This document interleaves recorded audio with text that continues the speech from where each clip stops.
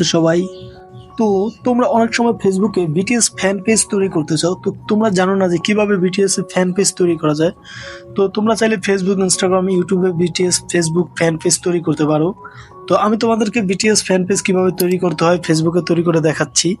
তো তোমরা যদি আমার এই ভিডিওটা অনুসরণ করো তাহলে তোমরাও বিটিএস ফ্যান পেজ তৈরি করতে পারো। সর্বপ্রথম তুমি তোমার ফেসবুক প্রোফাইলে যাবা, তারপরে এই যে দেখো এখানে থ্রি ডট আছে, থ্রি ডটে ক্লিক করবা।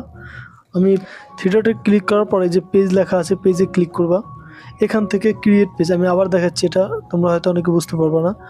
থ্রি ডটে ক্লিক করার পর এখানে দেখো একটা পেজ লেখা আসছে, এখানে ক্লিক করবা, ক্লিক করতে হবে।